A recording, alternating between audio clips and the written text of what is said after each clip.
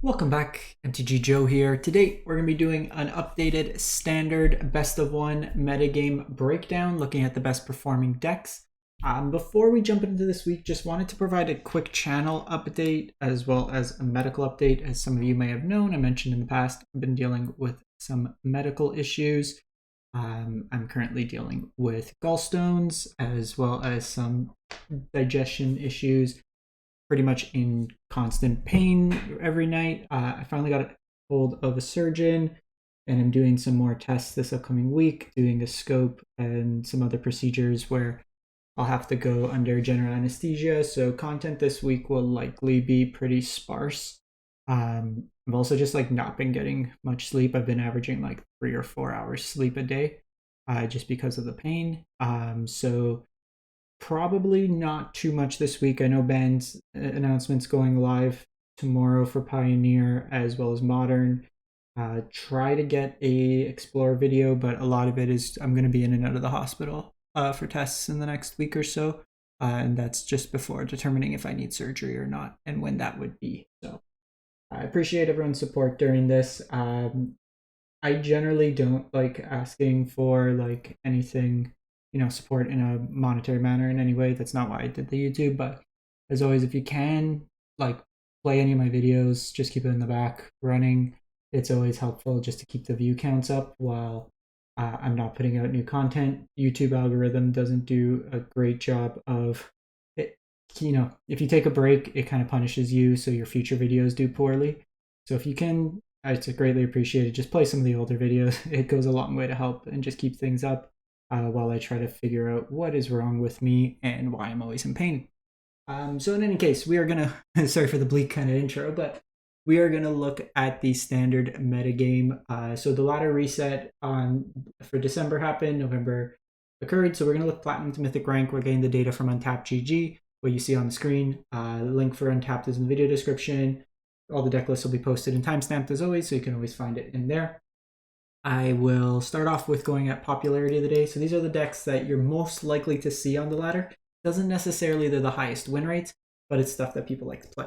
With the ladder reset, you're always going to have kind of the people who are pushing for Mythic early. So you always see a more stark increase in the top two decks that we see here, Mono Red Aggro, Mono White.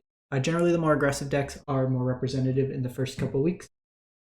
First week or so, just given that, the format is still they're the fastest decks. You want to get to Mythic fastest. That's the way to do it. So 15% for Mono Red.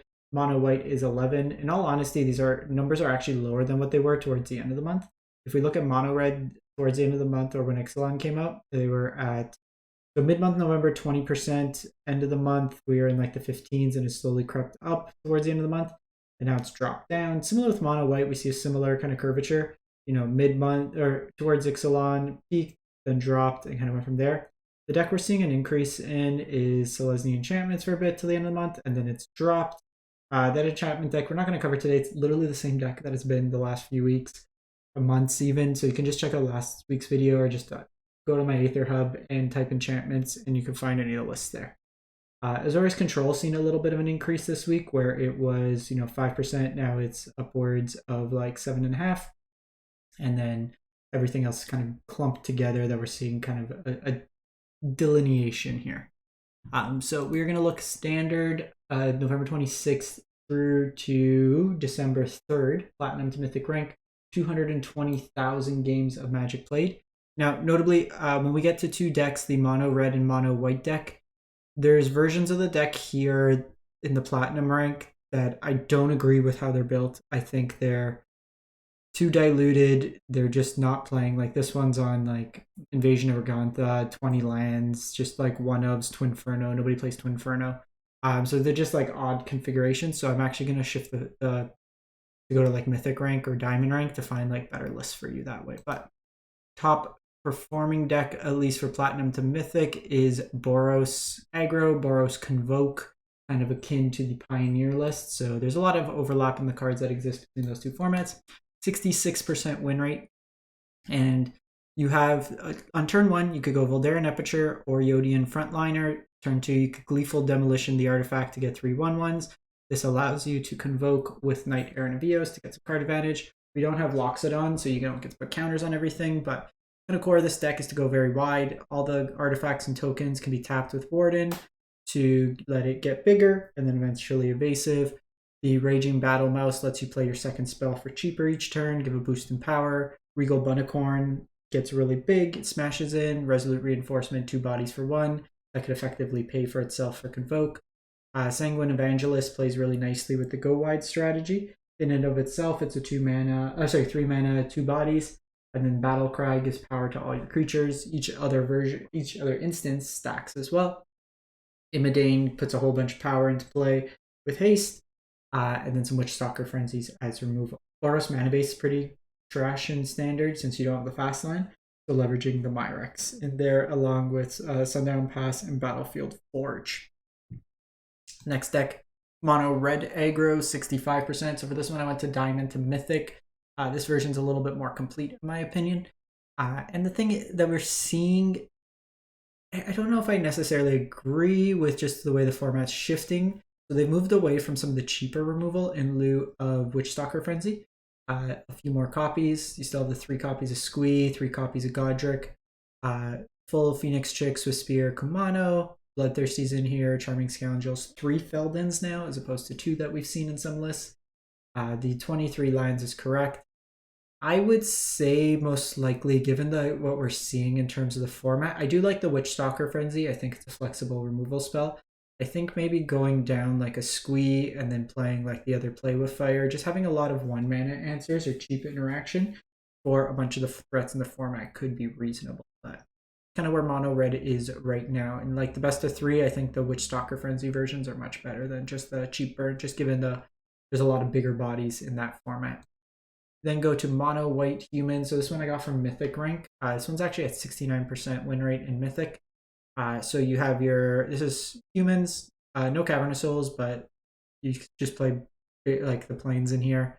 Hopeful Initiate gets bigger. Luminarch Veteran gains you a bunch of life, plays really nice with Adeline. Some Recruitment Officers, 2 Wardens, another way to just tap down. Your only removal in the deck is the 2 Ossifications and the 4 Brutal Cathars. Coppercoat Vanguard buffs your team, give Ward. Thalia to tax.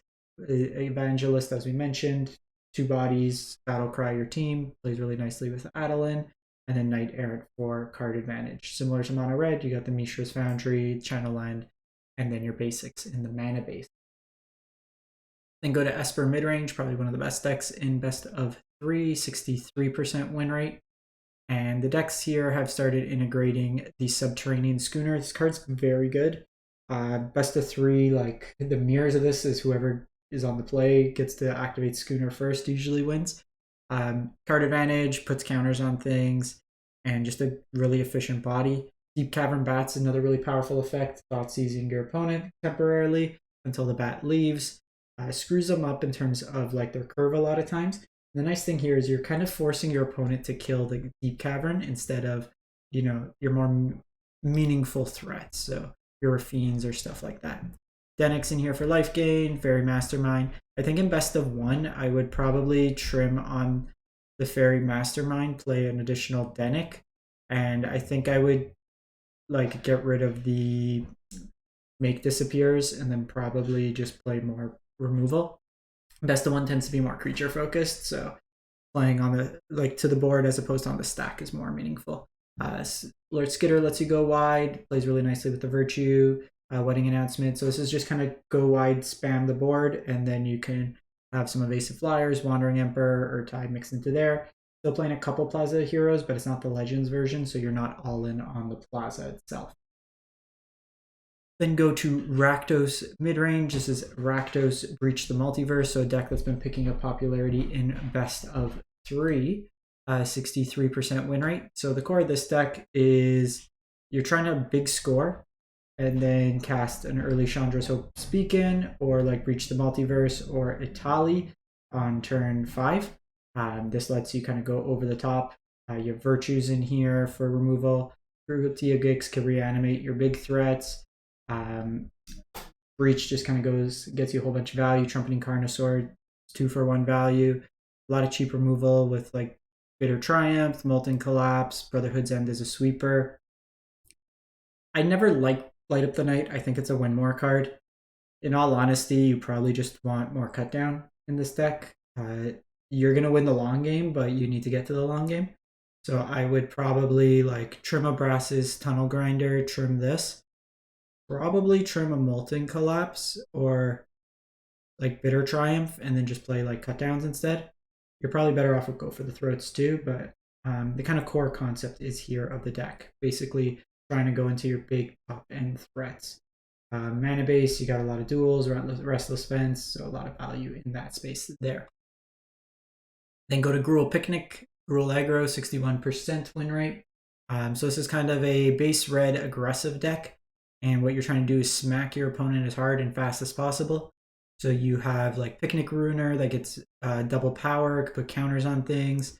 Questing Druid for card advantage gets bigger. You have a Maya Trampler with haste, potentially. You have your Swiss Spears in here. Your Scamp can deal damage and then can sack it. So if it gets enough power, you kind of throw it at your opponent. You have a number of ways to give Trample an extra power, whether it be Audacity. The Dreadmaw's Ire gives plus power and Trample. The Monstrous Rage, and then some Godric's on the top end. So very aggressively slanted Gruul deck. If you want to smack face hard, this is kind of like a prowess style shell. We move to Azorius Control at 60.5, 61%. So this one is blue-white saying no. So you have Sweepers and Farewell, Sunfall, Lockdown for the more aggressive decks. Decks have started to introduce Get Lost as a cheaper removal spell. Quick Study for card advantage. Versions on 3 Celestis, so really trying to use the early ramp.